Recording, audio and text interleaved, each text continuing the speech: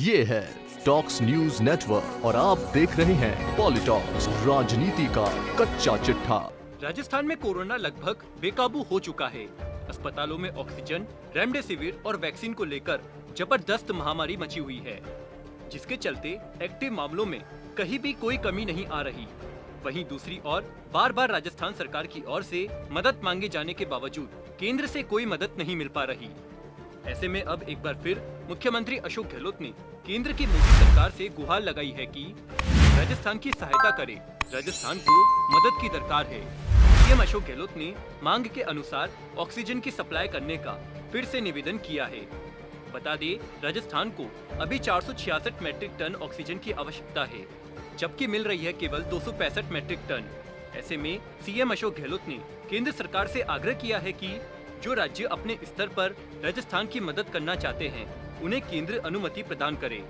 CM Ashok Gehlot ने केंद्र और राज्य सरकार द्वारा साझे प्रयास किए जाने पर जोर दिया है।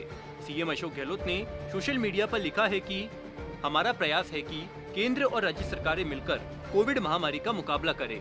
ऑक्सीजन और दवाइयों की कमी बेहद व्यथित करने वाली है।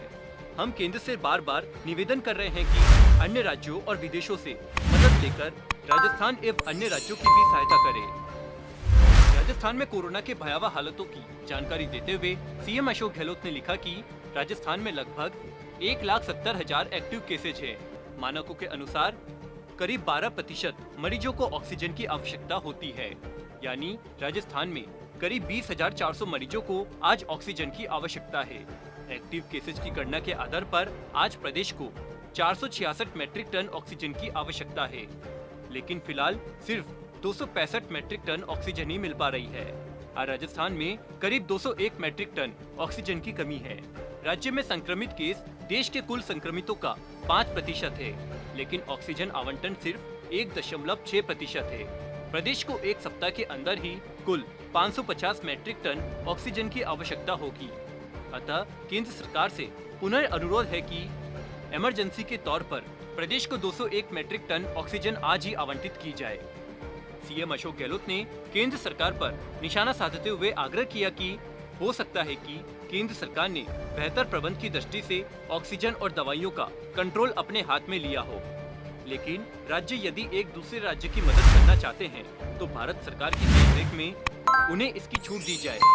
हम पुनः केंद्र से निवेदन करते हैं कि राजस्थान की सहायता करें।